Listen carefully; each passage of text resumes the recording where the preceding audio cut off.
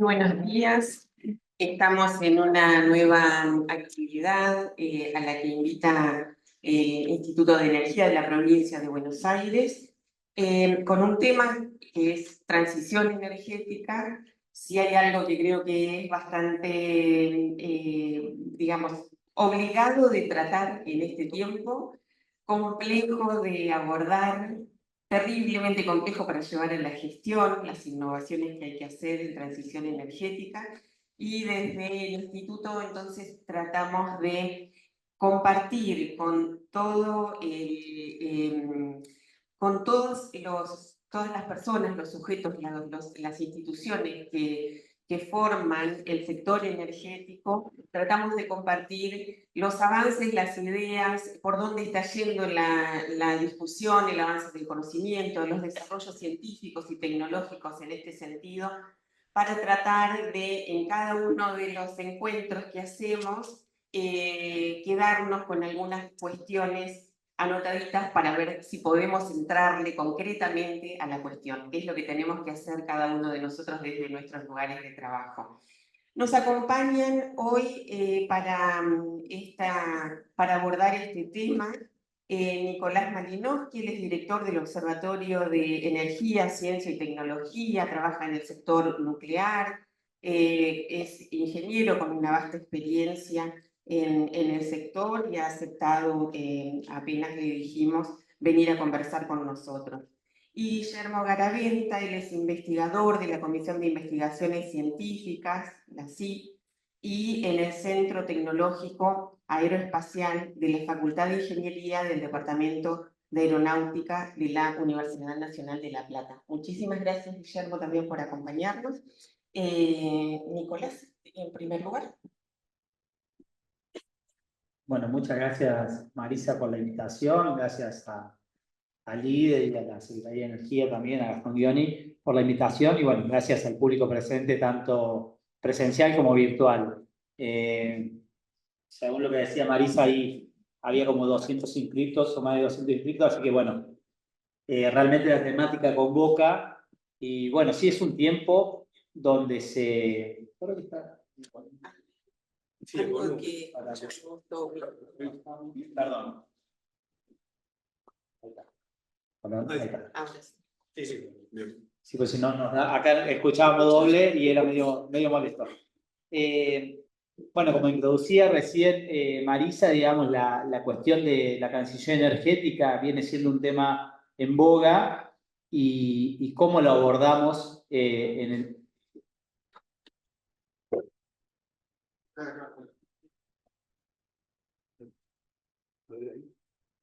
Escuchamos voces acá. Está poseída. Se niega la transición energética. Sí. Bueno, estamos con problemas de innovación tecnológica y tecnología. Bueno, sí, como decía Marisa, digamos, esto de la transición energética, la cuestión tecnológica y los avances que vienen dando, y qué debate nos damos nosotros para la transición energética en sí, porque si uno lo mira globalmente, digamos, se plantea una transición energética corporativa y en esas dinámicas globales siempre se le da un lugar a los países y sobre todo a los países con grandes recursos naturales como son Argentina y la región Latinoamérica, o podemos verlo también en Francia, en África y demás. Pero un poco pensar, digamos, la dinámica de la transición energética en términos globales para ver cuáles son los accionarios y las acciones que tomamos nosotros desde Argentina, para no caer, digamos, en esa cadena global y ser solamente proveedores de materias primas y comprar tecnología llave en mano. Es un poco la discusión que venimos teniendo en el país de larga data. Y en ese sentido, bueno, como antecedente a la transición energética, podemos plantear que si viene, o sea, vuelve a tomar un auge en sí no lo vamos a poder solucionar a la No. En cualquier momento, 57 Bueno, los veo ahí, perdón. Porque es problemático acá. Sí, pero perdón. Ahí. Hola. Cero. Ahí está, ahora sí. Hola. Sí, ahí nos escuchamos. Pero, sí. Bueno, Sí, no importa. lo vamos a callar nosotros. Bueno, sí, para retomar, para hacer un poco de historia, digamos, en términos de la transición energética, el mundo, digamos, ha vivido varias transiciones energéticas, donde pasamos de la leña al carbón, del carbón a los hidrocarburos, y esta gran transición energética se plantea pasar de los hidrocarburos hacia las energías limpias, ¿no? Dale, vos seguís. Dale. Yo para que no moleste. Intento. Está anulado. Sí, está anulado. Está anulado el micrófono.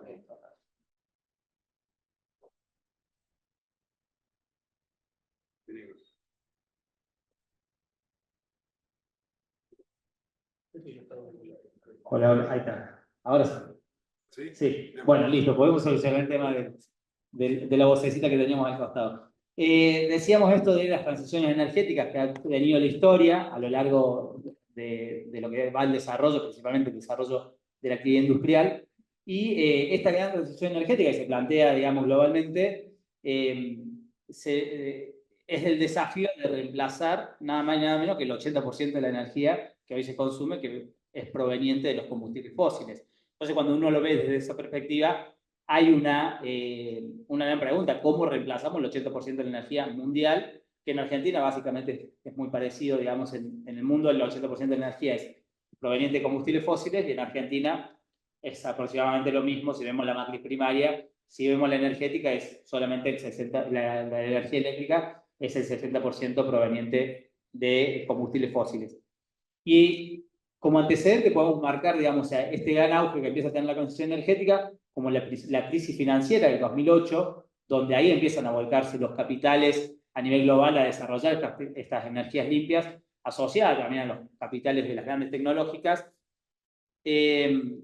Luego el mundo atravesó lo que es la crisis de la pandemia sanitaria, que también ahí el sector energético se vio atravesado y parecía que los combustibles fósiles no se iban a utilizar. Y tuvimos en ese año la dinámica de la caída del petróleo, de los precios del combustible de petróleo en $40 negativos, que si Horacio Marín hoy está siguiendo esos precios, en ese momento hubiese bajado un 40%, o los hubiese puesto, nos hubiese regalado la nafta, digamos, en esa lógica, ¿no? No sucede así, pero bueno. Y después, bueno, obviamente una crisis ambiental, que es lo que dispara un poco la cuestión de la transición energética, pero recientemente tuvimos, yo creo que es un punto de inflexión, digamos, en lo que es la discusión energética global, que fue el gran conflicto entre Rusia y Ucrania, que vuelve a hacernos la pregunta de hacia dónde está yendo la transición energética, porque o sea, eso sucede en febrero del 2022, el conflicto de Rusia y Ucrania, y empieza a regionalizarse los mercados de energía, empiezan, si se quiere, a dividirse nuevamente entre Oriente y Occidente un poco el mercado energético, donde Rusia deja de proveer el gas a Europa, y ahí empiezan a surgir nuevas demandas, digamos, y nuevas discusiones, y el petróleo, que venía en caída, empieza a subir nuevamente. O sea, en ese año vuelve a ser uno de los principales ganadores en el mundo, digamos, el sector petrolero. Y cuando uno mira, digamos, las tendencias globales que está habiendo alrededor del sector petrolero, no parecería ser que vaya a ser una transición rápida, ¿no? Entonces, esa velocidad hoy pareciera ser que podríamos decir que es una transición energética en pausa, y ahí es donde también nosotros nos tenemos que preguntar cómo nosotros nos insertamos a esa transición energética y cuál es el rol que le vamos a dar a Argentina, ¿no? O sea, hoy creo que sí, Argentina está viviendo una inserción a esa dinámica de la transición energética global como meros proveedores de materias primas. Eso creo que en Argentina la expresión es lo que fue el famoso RIGI, muy discutido, digamos, en el país, pero que viene a plantear, digamos, un andamiaje legal, jurídico, para que solo el país se inserte en esto que decíamos, de mero proveedor de materias primas, con vaca muerta, digamos, como un nuevo emergente global, en términos de proveedor de gas natural principalmente, con ciertas dinámicas y problemáticas, porque vimos que salió, o sea, la gran inversión de Petronas no se está llevando adelante. pero ese es el lugar que se nos quiere dar en esa transición energética. Y bueno, y ahí, bueno, justamente planteaba, digamos, esto de la regionalización, porque lo pasé muy rápido, la regionalización de los mercados energéticos.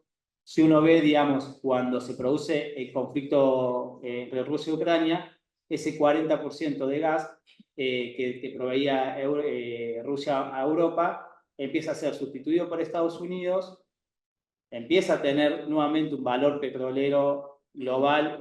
Venezuela, digamos que sí es una de las reservas a nivel global que Estados Unidos habilita nuevamente sacándole ciertos controles o ciertas sanciones que tenía sobre Venezuela, y empieza nuevamente el auge del petróleo venezolano, y empieza también a darse una dinámica en la región de, bueno, cuál va a ser la inserción, digamos, de nuestros recursos naturales. Se direcciona ese gas ruso, empieza una alianza más fuerte con China, porque nosotros teníamos ahí los gasoductos Nord Stream 1 y 2, que proveían ese gas, y luego del bombardeo que se dio esos días por ahí, en agosto del 22, estaba haciendo memoria, se reactiva la obra del Power Siberia 1 y Power Siberia 2 para justamente, en vez de enviar el gas a Europa, lo envían hacia el mercado chino, y empieza, bueno, a hacer esa alianza, digamos, entre Rusia y China, y a su vez también con esto que lo denominaba, digamos, en su momento Putin con la empresa, con la entrevista que le había dado a Taxon, donde en esto de la regionalización de los mercados planteaba: el mundo se va a dividir en un mundo de energías caras y en un mundo de energías baratas, y ese mundo de energías baratas lo asociaba a los BRICS, ¿no? Si uno ve ahora, los BRICS están siendo principalmente los países que tienen grandes reservas de energía. Incluso va a haber una cumbre a fines de este mes donde se incorporaría también Venezuela. Argentina iba a incorporarse, pero bueno, parece que quedamos afuera por la dinámica de este gobierno nacional. Pero bueno, ese es un poco hoy el panorama, digamos, global, ¿no? Y esto está cambiando, y creo que estos debates los vamos a tener que tener mes a mes o año a año, porque la dinámica de la transición energética lo va a ameritar. La cuestión es cómo nosotros, bueno, visualizamos eso. Y si vemos la foto de Argentina, nosotros hoy tenemos una matriz dependiente principalmente de gas natural, en lo que es energía eléctrica, un 6-7% de energía nuclear, que hoy, bueno, esta semana está siendo particularmente una semana donde la energía nuclear está en cero, producto de los mantenimientos que está llevando adelante Atucha 2 y Embalse, y la salida de Atucha 1 por la extensión de vida. Después tenemos un 13% de renovables eólico y solar, un 20-27% de renovables hidro, y esa es la foto que nosotros tenemos. Y cuando se nos dice, bueno, ¿cómo vamos a reemplazar, digamos, ese 60% de gas natural si nosotros nos insertamos en esta transición energética? Ahí es donde tenemos que hacernos la pregunta, ¿no? De cómo abordar, y si realmente la transición energética puede ser planteada en nuestro país como un sendero de desarrollo, o copiamos un modelo de llave en mano de financiarización del sector energético, como fueron los planes Renovar de la época de Mauricio Macri, donde se planteaba, digamos, parques eólicos o parques solares, donde hoy las tarifas están alrededor de $70, y fueron toda importación llave en mano, y no se generó ningún ciclo virtuoso en el país. Y encima con la consecuencia también que estamos viviendo ahora un proceso de concentración del sector energético, y creo que eso sí va a ser de gravedad si queremos utilizar el sector energético como un sector que traccione y desarrolle la industria vinculado con los sectores de I+D, universidades, pymes y sectores tecnológicos en el país, producto de que si vemos la política energética de estos 10 meses, vemos que en la ley de bases no solo tenemos el RIGI, que es una gran problemática, que bueno, la provincia de Buenos Aires está haciendo una posición fuerte en eso, donde esta semana se aprobó la que pasó, el RIGI bonaerense tiene media sanción, con otra característica, vemos en la ley de bases también un proceso de entrega del patrimonio nacional en materia de empresas energéticas, que es lo que queda, digamos, en pie después el proceso salvaje de los 90, que es Enarsa, Energía Argentina Sociedad Anónima, y Nucleoeléctrica Argentina, ambas empresas sujetas a privatización, y son entre las primeras 5 las generadoras de energía eléctrica. Entonces, si eso sucede, digamos, va a ser, si termina privatizándose, digamos, esa empresa, va a ser más difícil poder llevar adelante, digamos, una transición energética de las características que estamos por lo menos discutiendo o queremos discutir, que después Guillermo va a hablar un poco más de la cuestión industrial local. Pero eso, en ese sentido, digamos, el desafío de Argentina y que tenemos nosotros de ir discutiendo y pensando los desafíos en la transición energética, de cómo modificamos esa matriz y también los tiempos que requieren, ¿no? Porque a nosotros nos plantean los tiempos que tiene que ser todo inmediatamente, se plantea, hay un gran lobby de las transiciones energéticas. Por ejemplo, en Brasil se hizo hace unos días, no hace unos meses, una conferencia del hidrógeno verde donde se planteó en el norte de Brasil la gran planta de hidrógeno verde. En realidad era un gran parque solar para producción de hidrógeno verde en las tierras de Piauí, que son, ellos le dicen el sol que quema pero no daña, por la gran radiación solar que tiene ese territorio en Brasil, y es un proyecto simplemente para exportar el hidrógeno verde a Europa, en esto de que tienen que sustituir el gas de Rusia, ¿no? Y un poco era lo que se plantea en Argentina con Fortescue, en Sierra Grande también, digamos, ese tipo de proyectos que son de corte extractivista porque no terminan viniendo, digamos, acompañados de una política industrial, aunque sea de industrialización por sustitución, de fabricación y demás en el país. Entonces, entendiendo ese contexto, entendiendo la foto que hoy tiene la Argentina, entendiendo si estamos acá en el territorio bonaerense, que es el 40% del consumo de la energía está en este territorio, son las preguntas que nos tenemos que hacer de cómo ir desarrollando y generando los ciclos virtuosos de industrialización en torno al sector energético. Y creo que el sector nuclear, por ejemplo, ya que estamos en la provincia, lo discutíamos con Marisa cuando veníamos, hace 2 años habíamos hecho con Gastón también la actividad de provincia de Buenos Aires, provincia nuclear, donde remarcaba, digamos, la importancia de ese sector, que es un polo tecnológico que genera energía, porque hay que verlo en esa clave, no es una máquina de generación de energía, sino que para Argentina significa, digamos, la generación de I+D, generación de industria, y después el subproducto sería la energía en este caso.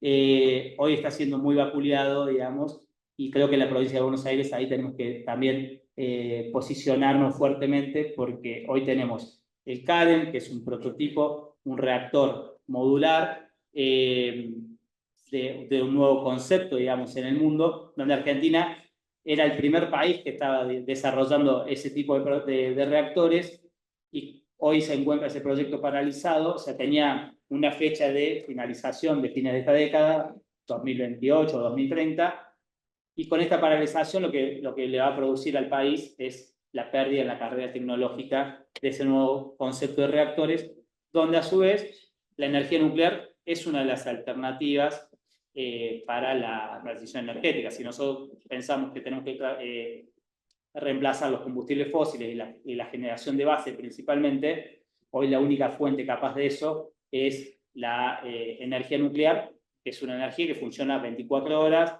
no depende del viento, no depende del sol, no depende de extracción o no de hidrocarburos debajo de la tierra, y no depende de los factores climáticos, ¿no? Mientras tengamos agua en el Paraná o en el lago de Embalse, en este caso de Argentina, las centrales nucleares nuestras pueden funcionar. Entonces, perder la capacidad que tiene el CAREN o abandonar ese tipo de obras, podemos llegar a cometer los mismos errores que se cometieron con Atucha 2, por ejemplo. Fue una obra paralizada a fines de los 80 y relanzada a fines del 2006, inaugurada en el 2015, o sea, más de 30 años construyendo esa central nuclear es un hito en el mundo porque la empezó una empresa extranjera y la terminó una empresa argentina como Nucleoeléctrica Argentina Sociedad Anónima, que hoy está sujeta a privatización bajo la ley de base. Entonces, para ir cerrando y ya dejándole a Guillermo y después al lugar a preguntas, creo que la transición energética a nosotros se nos plantea como una oportunidad, no en términos de que es un vector de oportunidad y el que nos quieren vender de que, bueno, aprovechemos para hacer negocios, pongamos gasoductos y oleoductos a los puertos que tengamos cerca y extranjericemos nuestros recursos, sino que es una ventana de oportunidad en tanto lo sepamos aprovechar como un sendero de desarrollo y cuidando, digamos, los nichos que ya tenemos como el sector nuclear, cuidando empresas como INSA, que hoy también está sujeta a privatización, y sobre todo no es, la gravedad de la privatización es que es la extranjerización de esas empresas también, porque a INSA la quiere comprar Ark Energy, que es una empresa norteamericana que se dedica al petróleo y quieren empezar a diversificar justamente para su transición energética, una empresa como INSA que fabrica turbinas hidroeléctricas y a su vez componentes nucleares, ¿no? Y molinos eólicos también.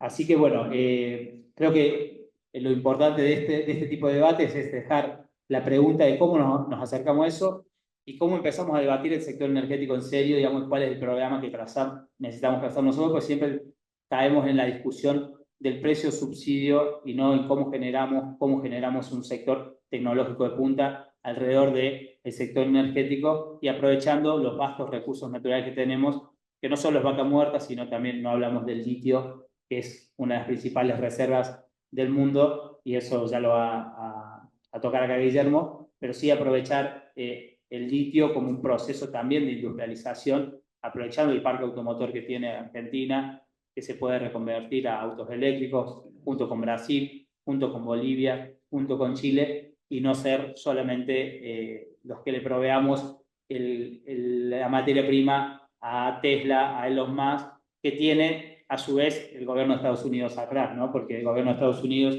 en esto de que dicen que hay que, de la libre competencia, en esto de la regionalización que hablábamos al principio de los mercados energéticos, le ha puesto aranceles al 100% a los autos chinos para que entren a Estados Unidos y la Unión Europea en un 40%, ¿no? Así que bueno, para ir cerrando, yo te dejo, Guille, pensar desde ese lugar la transición energética, creo que son los desafíos, las preguntas que nos quedan, y de ahí cómo trazamos nosotros un proyecto nacional y popular energético, donde claramente la provincia de Buenos Aires tiene mucho para aportar ahí, y creo que hay que mirar, digamos, lo que tenemos ahí. Y hoy también un día clave, que no sé si lo mencionamos al principio, pero bueno, hoy es la marcha universitaria en defensa de la universidad pública, y creo que las universidades tienen un gran rol en lo que va a ser el desarrollo de la transición energética argentina, ¿no? Bueno, muchas gracias.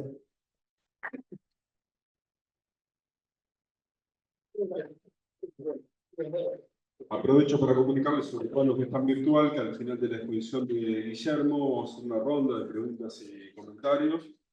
Para los que están virtual, que vayan levantando la mano, así podemos generar un orden y bueno, y le pasamos el micrófono a los que quieran acá presencial hacer unas consultas. Voy ganando tiempo. Dale. Este es el canta, supongo. Dame un segundo y te... Prometo, Guille, que no voy a cantar. Bueno, hola. No. Sí, levanté el... Sí. Hola. Ah, ahora te subo el volumen. No, dame ese, sí. O Dame ahora ese. sí. Hola. Bueno, muchísimas gracias por la invitación. Es para mí un honor estar acá. Soy referencia en litio, producto de hace 21 años que trabajo en tecnologías de litio en distintas aplicaciones. He empezado en el área espacial en el año 98 y empecé a estudiar litio en el año 2003, producto de que se me convocó para analizar las aplicaciones de litio en el área espacial, producto de que se estaban excediendo los pesos de los satélites. Y entonces empecé a estudiar, empecé con la historia del arte, del litio. No había mucha información, obviamente, en el área espacial muchas de las cuestiones relacionadas con el litio no se dicen o no se decían en ese momento porque eran incipientes las aplicaciones. Bueno, empecé a trabajar, tuve la oportunidad de diagnosticar algunos eventos en satélites con éxito, satélites que iban a durar 4 años con 2 baterías. Se pierde una que diagnostico unos meses antes de que iba a ocurrir algo, no sabía que se iba a perder. Y después voló 13 años con una sola batería. El primer satélite de teleobservación de la Tierra, el SAC, hasta el 2013 lo pude monitorear en el laboratorio. Y bueno, después pasé por motos, triciclos, colectivos, camionetas, torpedos, y en la actualidad el avión eléctrico, que casualmente hace poquito lo pusimos en marcha, el primer avión eléctrico puro en Latinoamérica, desarrollado por una universidad pública, la que hoy tenemos que defender. Voy a ir rápido, porque queremos que voy a poner mi cronómetro, si no, Guille, por favor. Porque con esto en las manos soy peligroso. Soberanía, litio y transición energética. Esa es la secuencia en la cual voy a disertar. Son palabras sobre soberanía, articulación, violencia de género. Se usan mucho, se están prostituyendo. Y la verdad que tienen un contenido y una importancia tan grande, que hay que relajarse un poco y hay que empezar. Cuando uno dice soberanía, tiene que estar seguro de lo que está diciendo. En el contexto actual, fíjense lo que es la soberanía. Es la autoridad máxima con la que cuenta un pueblo para determinarse, para generar sus propias directrices, sin la coerción de estados extranjeros.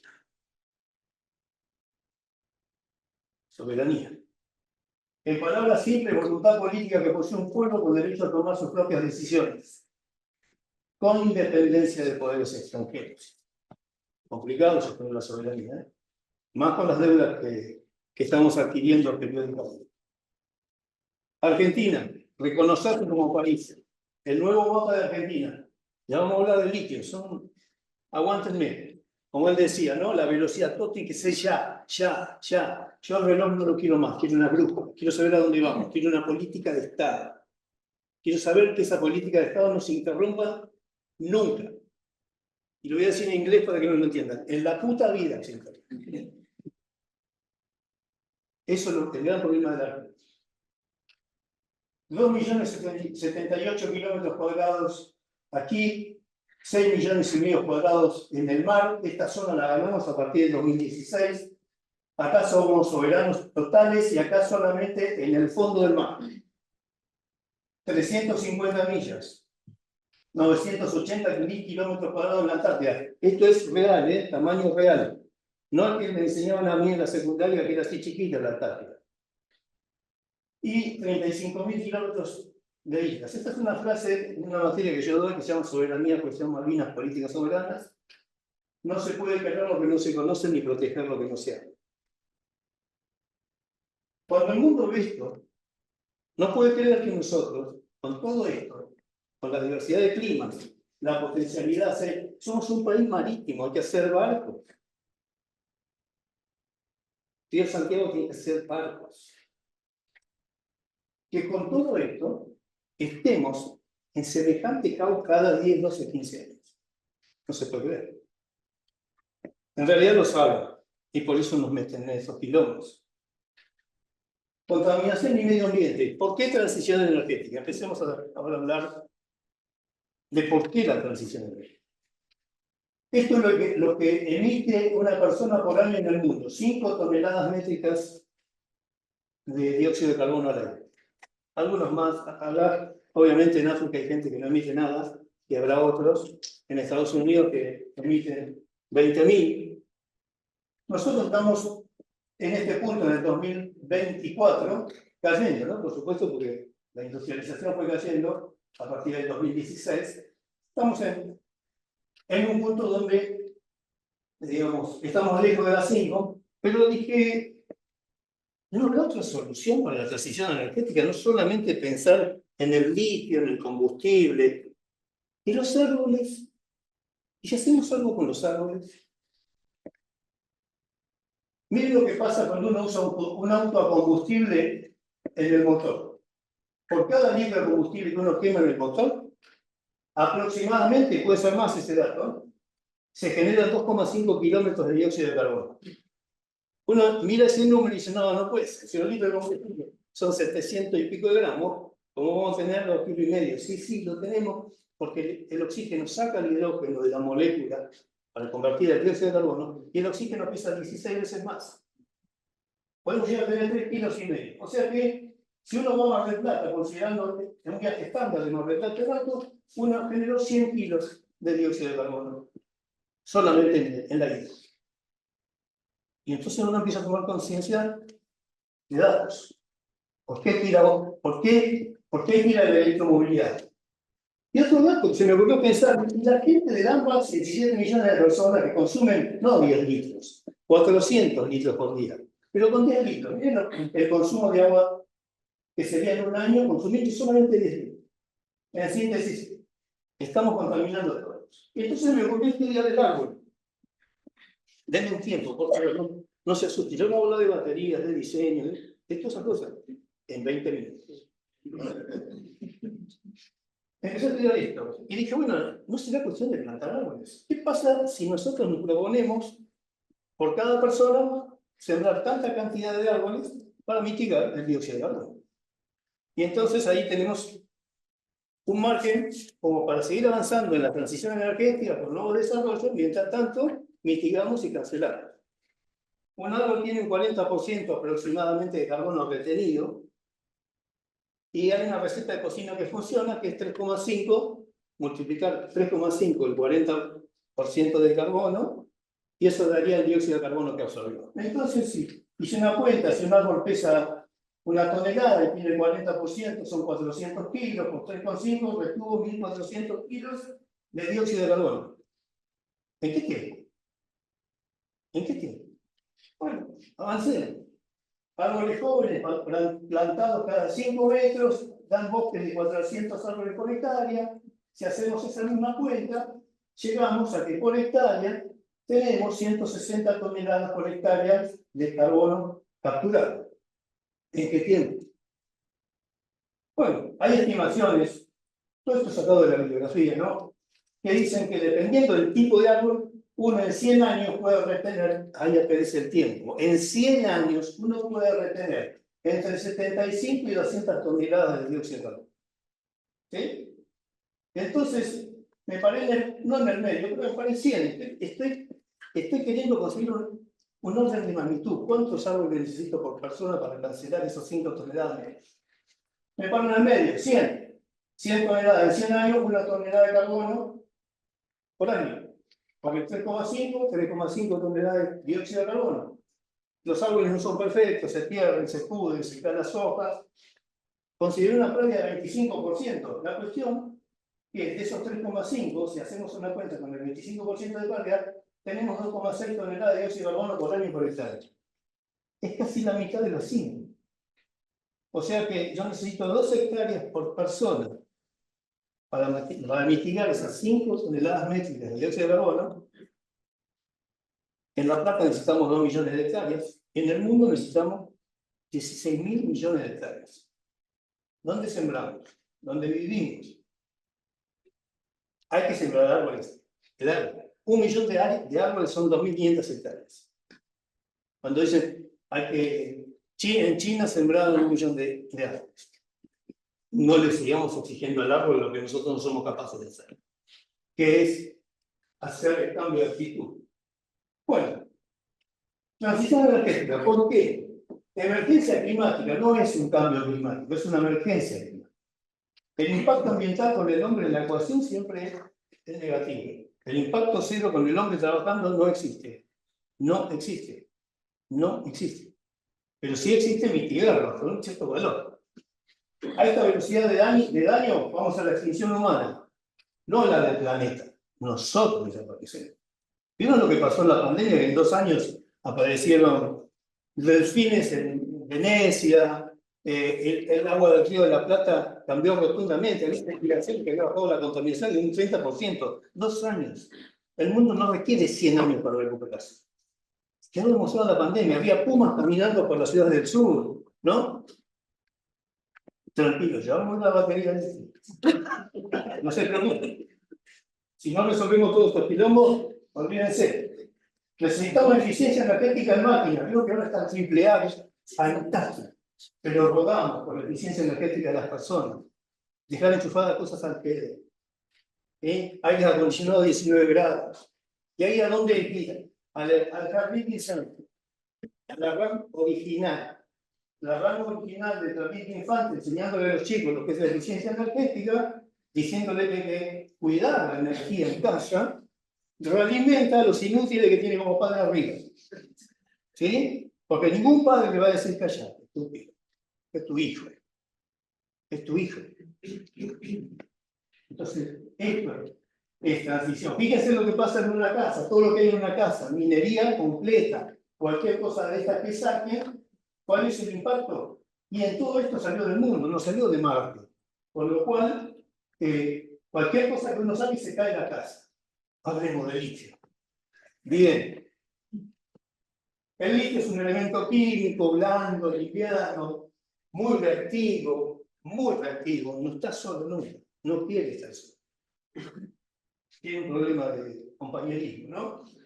Bueno, que tiene muchas aplicaciones, se hizo muy famoso con las baterías, que originalmente eran las grasas de litio que le dieron el nombre, que fueron las que participaron en la Segunda Guerra, salvando a todos los artefactos que andaban por el barrio, y en la Primera Guerra se trababan y dejaban de andar a la bollería. Con las grasas de litio, todos los bicharracos que andaban en la guerra, funcionaban sin problema. No es un elemento escaso, en el mundo está en casi todos lados. Pero el tema es dónde está económicamente extraíble. Y en donde está extraíble es en el triángulo del litio. En Bolivia, Chile y Argentina, donde se encuentra más del 60% del litio del mundo y el 85% del litio en salares. Permiso, voy a tomar un poco de vino blanco.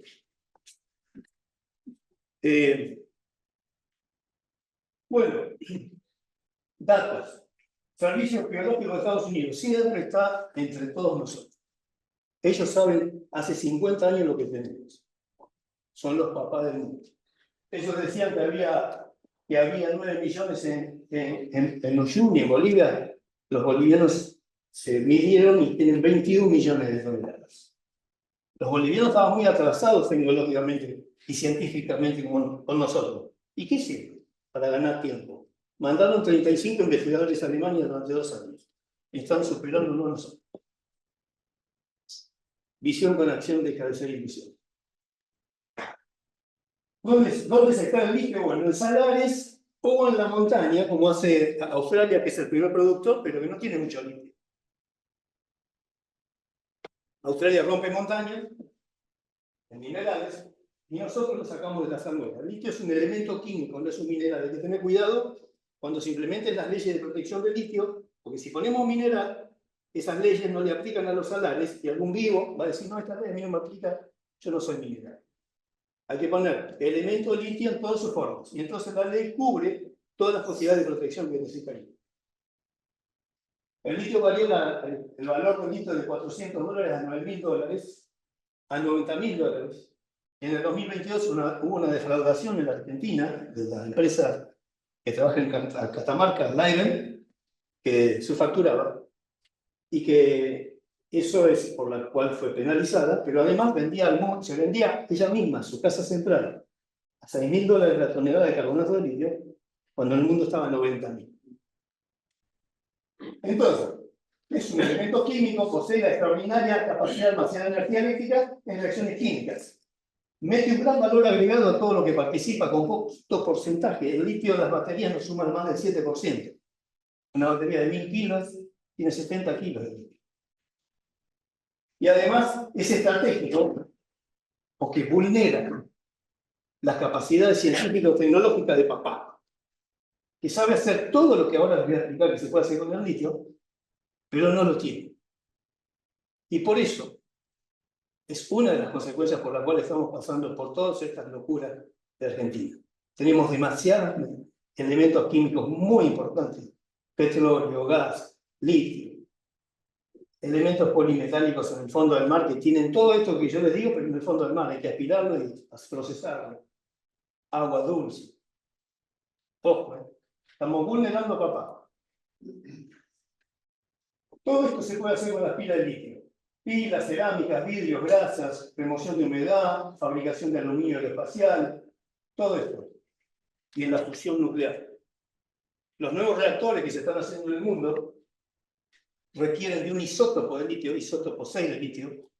Ojo con eso. Este reactor nuclear hace años que se está experimentando y hay resultados promisorios.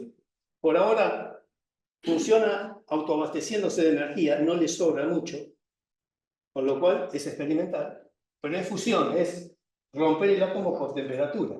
Necesita un isótopo 6 de litio que adentro del reactor se convierte en algo así como tritio, y prácticamente la emisión después de ese reactor es cero.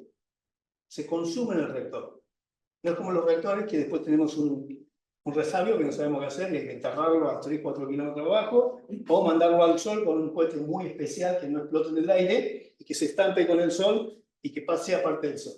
Y esas son las alternativas que tenemos con todos los residuos radioactivos, o almacenarlos en N6 en grandes tanques de plomo. Empezamos ahora con la transición energética. Tipos de pilas que existieron y existen en el planeta y cuáles usar para la transición energética. Estos son los diagramas de barras que muestran la densidad de energía que son capaces de almacenar distintos tipos de pilas. Todo esto es litio, esto es plomo ácido, esto es níquel cadmio, este es níquel metal duro, este es litio titanato oxígeno, litio hierro fosfato, litio manganeso oxígeno, níquel manganeso cobalto, litio cobalto oxígeno, níquel cobalto aluminio. Esta es la que usa Tesla para sus autos, sabrán por qué, ¿no? 245 Wh por kilo, o sea, son baterías o pilas que tienen mucha capacidad de almacenamiento de energía. No son muy seguras, hay que tener muchísimo cuidado. Esta es la que nosotros usamos en el área espacial, porque tienen a nivel de baterías pequeñas, de poca cantidad de pilas en serie, es muy noble, pero cuando hay que poner 100, 200, 300, 400, 5000 pilas en serie para llegar a tensiones muy altas, hay que tener mucho cuidado. Es muy noble, siempre y cuando no la pongas en una zona roja. Estas son las de los celulares, esta es la de las máquinas eléctricas, esta es la que usamos en el avión. Es muy noble. El manganeso le da mucha estabilidad, seguridad operativa a las pilas de litio. Esta dejó de ser la que aplicaban en los celulares y pasó a ser esta. Esta, litio hierro fosfato, es la que usamos en electromovilidad de alto porte. ¿Por qué? Primero porque no tiene ningún material contaminante. Litio, hierro, fósforo. No hay cadmio, no hay mercurio, no hay plomo. Se puede reciclar. Todas se pueden reciclar. Pero acá hay cobalto. En todas. Tiene una gran capacidad de drenaje de corriente. Es una pila que, si uno dice, bueno, tiene una capacidad denominada C, una letra C, no importa el valor. Puede ser 1, 100, 1000, 10.000. Esa pila puede drenar 10 veces en corriente el valor de su capacidad. Si es una pila de 100 amperes hora, o algunos que no sean técnicos, perdonen, pero puede drenar 1000 amperes continuamente y no se rompe. Es muy segura, extremadamente segura, inclusive perforándola. Y tiene una densidad de 120, hay desarrollo de 140 ya, fíjense lo que hubiera sido plomo, ¿no? Así que está perfectamente aplicaría para solar y eólica. Soporta 2000 ciclos de carga-descarga, la peor, hay ya de 5000 o 6000 o 7000 ciclos de carga-descarga. Ciclos son cargarlas a full y descargarlas a full. Llenarlas de agua y vaciarlas de agua, como si fuera un tanque, ¿no? Y esos son años de duración. Y esta es por definición una pila de litio para almacenamiento de energía, porque dura 22.000 ciclos. Son decenas de años, al 100% de su descarga. Tiene una cúpula menor, por eso tiene menos densidad de energía. Cúpula me refiero a la tensión de cada pilita, los voltios. Cada pilita de esta es 365, 3,3 de media. Cada una de estas es 4,2, 3,7 de media voltios. Pero es muy noble. Esta yo la que usaría en submarino, por ejemplo. Bajaría la mitad el peso. Los submarinos usan esto, yo pongo esto, bajo la mitad el peso Obviamente tengo que contrapesar después porque el submarino si no no sirve. Pero esta para grandes densidades de energía habría que usar litio titanato oxígeno. Para lugares de pequeñas baterías, 1 megavatio, podría usarse litio de fosfato porque es muy barata la tecnología y es no contaminante. Primer dato, ¿cuáles fueron las que usé yo? Bueno, yo usé estas y usé estas. Las demás las conozco de bibliografía. Las he ciclado individualmente en cicladores para ver cómo funcionan, pero nunca integré una batería. Perdón, Guillermo, la gente que está virtual no ve el láser, así que ponte en la descripción. Perdón. Gracias. Bueno, lo estoy apretando, pero evidentemente no. ¿Ahí lo están viendo? No lo pueden ver plano. porque lo que se transmite es lo que está en la computadora. Bien. Y en pantalla se Ok. ve Está bien, ahora lo entendí. Yo vi. El paisano tiene 200. Bueno, el litio de la electromovilidad. Una de las formas de hacer autos eléctricos puros fue gracias al litio. El litio le dio esa capacidad al mundo de usar pilas directamente en autos con autonomías razonables. ¿Cuál es la ventaja del litio? El 100% de la energía que almacena cuando uno la carga, más del 90% la devuelve. Mucho más del 90%. Es muy eficiente.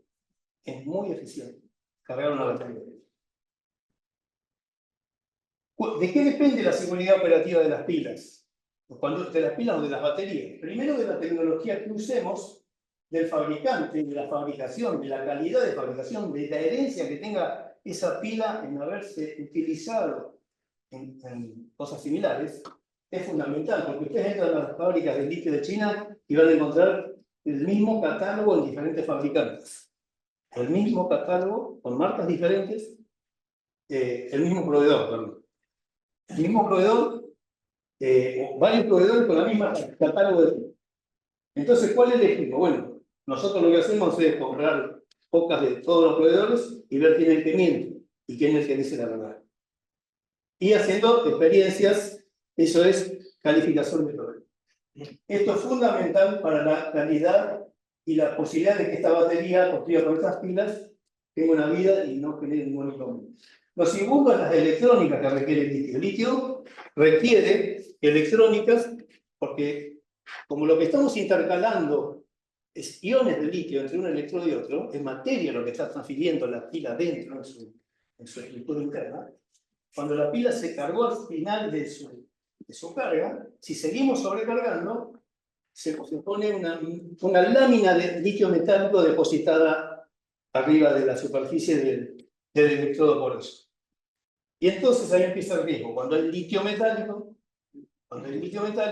los riesgos explosivos son altos. Entonces hay que evitar la sobrecarga. ¿Y cómo lo evitamos? Bueno, con electrónicas que se cuelgan en paralelo a cada una de las pilas que estén en serie, sea una, 10, 15, 20, 1000, 2000, una electrónica que la monitorea y si ve que esa pila se está sobrecargando, la rebalsa sobre sí misma. Esa es una técnica pasiva. Hay una activa que usa esa energía y la mete en el troncal superior de la tensión, que es un cablerío enorme en la batería que, digamos, por lo que ganamos por un lado, lo perdemos por la seguridad operativa, pero básicamente eso es lo que hacen los BMS, Battery Management System. Esto es fundamental. Estas dos son de riesgo explosivo y de quemada de la batería. Y la tercera, el diseño de la batería. Si uno agrupa pilas, y para lo que estamos hablando no van a ser 2 pilas, van a ser 9000, 10000, 20000, 30000, 40000 pilas. Obviamente, si uno hace un diseño donde encierra una determinada cantidad de pilas en el centro de una batería, esas se van a calentar más que las que están en el exterior, con lo cual hay que hacer un estudio térmico. Esto es quitarle vida, esto es romper la batería y explotar. ¿Cómo vemos aquí? Muy bien. Bueno, Argentina tiene recursos, porque si no hay 3 millones de toneladas de litio, pero si están en salmuera, no importa. Lo calculan en el litio metálico, el equivalente al litio metálico. Bolivia tiene 21 millones de toneladas y Chile tiene 9,6 millones de toneladas. Si uno quisiera saber a cuánto carbonato de litio equivale el litio ese, bueno, lo multiplica por 5,32 y esa es la cantidad de carbonato de litio que podríamos producir en Argentina durante todas nuestras etapas de extracción. Cuando yo digo etapas de extracción en Argentina, no son de Argentina, no son empresas extranjeras, ¿no? Seamos claros. Argentina provee alrededor de 60 toneladas año. Las empresas extranjeras de Argentina proveen, que se llevan sus regalías en dólares, fuga de dólares legales, porque son extranjeras. Los pesos quedan acá y ellos van al Banco Central y se llevan los dólares. El consumo son 100.000 toneladas año de litio, que multiplicado por 5,32 serían 532.000 toneladas de carbonato de litio por año. Estos son los países con más reservas. Fíjense, ¿no? Australia el 8,2, primer productor. Esta es digamos, los principales productores de litio. Fíjense lo que produce en el 2023 Australia, Chile, China, Argentina. Hoy estamos cerca de los 60.000. Brasil, bueno. El litio en la transición energética. Todas las teorías, todos los cálculos teóricos en todas las tecnologías de litio son superiores a esas barras que vieron ahí. Por eso es que se sigue estudiando litio. Plomo ya no. Plomo, si se estudió para mejorar la durabilidad, pero no la cantidad de energía que almacena. Y plomo llegó hasta donde llegó porque en el motor de explosión apareció el alternador, sacó el dínamo y le perdonó la vida a plomo. Si no hubiéramos tenido otra batería, ¿sí? Porque es una tecnología muy noble con un alternador al lado. ¿Sí?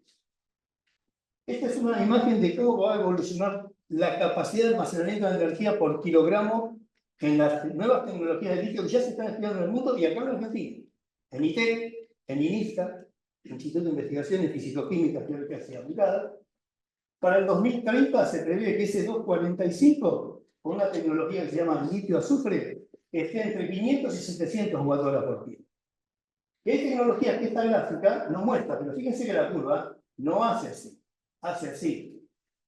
La tecnología con mayor cantidad de energía por kilogramo es la del litio-aire. El litio metálico contra un electrodo de, básicamente, grafito con aire. 13.000 Wh por kilo. El avión que nosotros estamos volando pesa 280 kilos la batería. Con esa pila de 13.000 va a pesar 20. Y estamos hablando de decenas de años, tal vez 10 años, 12 años. Ya están operando, sí, en laboratorio, duran 50 siglos. Por eso es que no son comerciales. Estas, los chinos dicen que en 2030, pasado mañana, ya vamos a tener esto.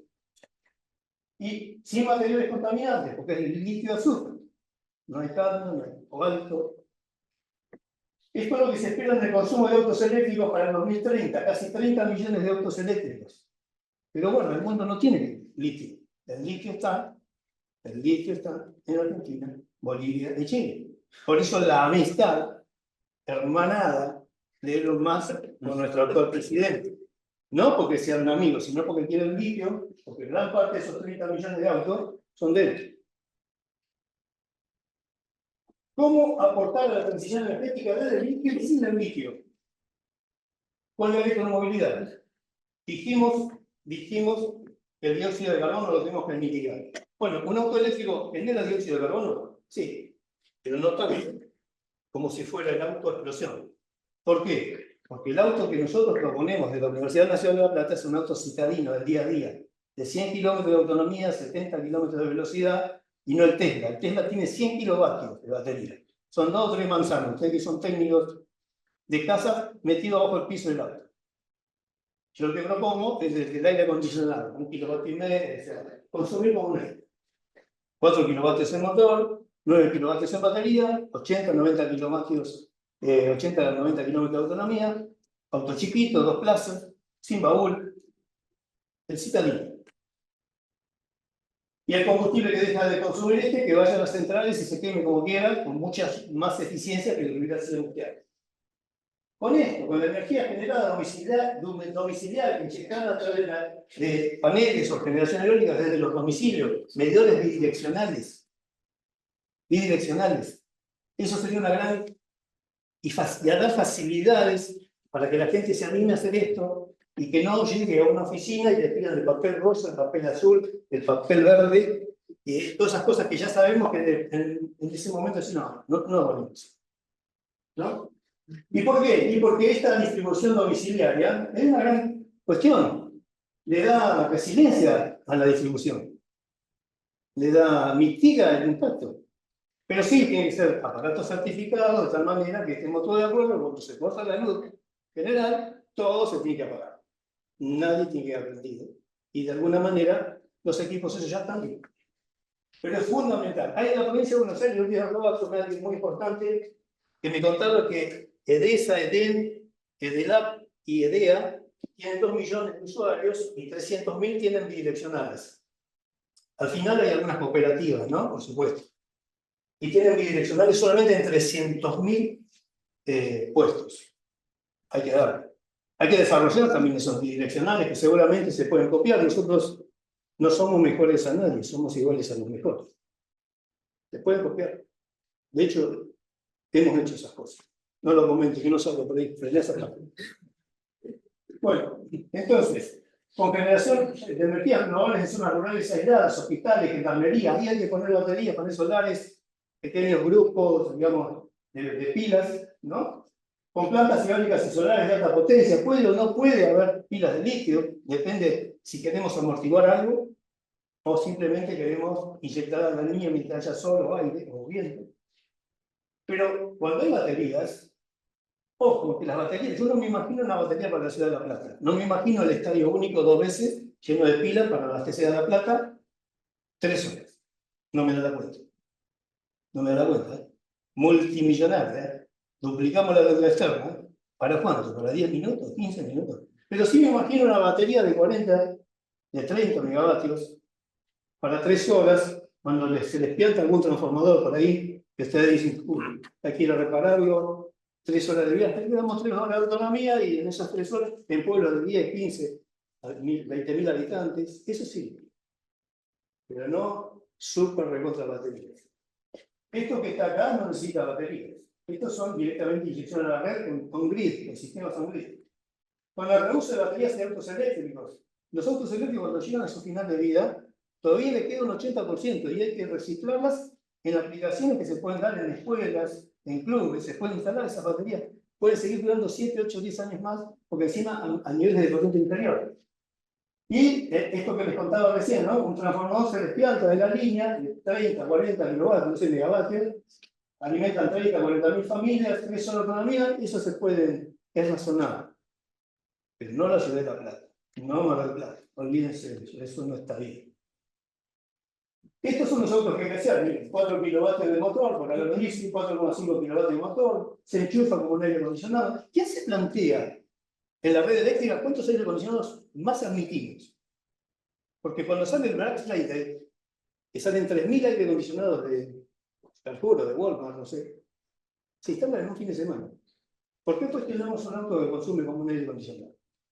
Yo voy a Capital Federal y está lleno de aire acondicionado, hay más aire acondicionado que ventanas. ¿Quién se cuestiona eso? ¿Por qué? A mí me cuestionan de dónde va a sacar la electricidad para estos autos. ¿Y de dónde vas a sacar la electricidad para los aire acondicionados? Si este consume como un aire. Y se carga en 8 horas. Y es más, si lo hacemos bien, podemos decirle al sistema eléctrico que si necesita electricidad y yo le doy permiso al auto, que se la devuelva a la red. Eso se hace en Europa. Son bidireccionales los cargadores. Están preparados para cargar el auto y si yo los habilito y la red lo necesita, me puede exigir que le entregue parte de la energía del auto. O este auto. O este. ¿Qué ángulo de litio? ¿Cómo vengo con el tiempo? Muy bien, yo te aviso. Bueno. Triángulo de litio, Uyuni, Atacama y Argentina. Uyuni, casi 11.000 kilómetros cuadrados, casi las Malvinas. Atacama, 3.000 kilómetros cuadrados de Argentina, tiene varios, no hay uno. Son 7.800 kilómetros cuadrados de salares. ¿Sí? Pero están concesionados 28.000 y pico de kilómetros cuadrados. ¿Por qué? No sé. Porque no hay salares. Pero cuando se hace cuando se concesiona el salar y sus proximidades. Argentina, estos viejos no lo encontré nuevo, pero sí lo puedo decir. El mapa hay 56 emprendimientos, de los cuales hay 4 operativos. Este rojo, Olaroz, este Caucharí Olaroz, este Centenario Ratones y este Fénix. los dos puntos rojos y los dos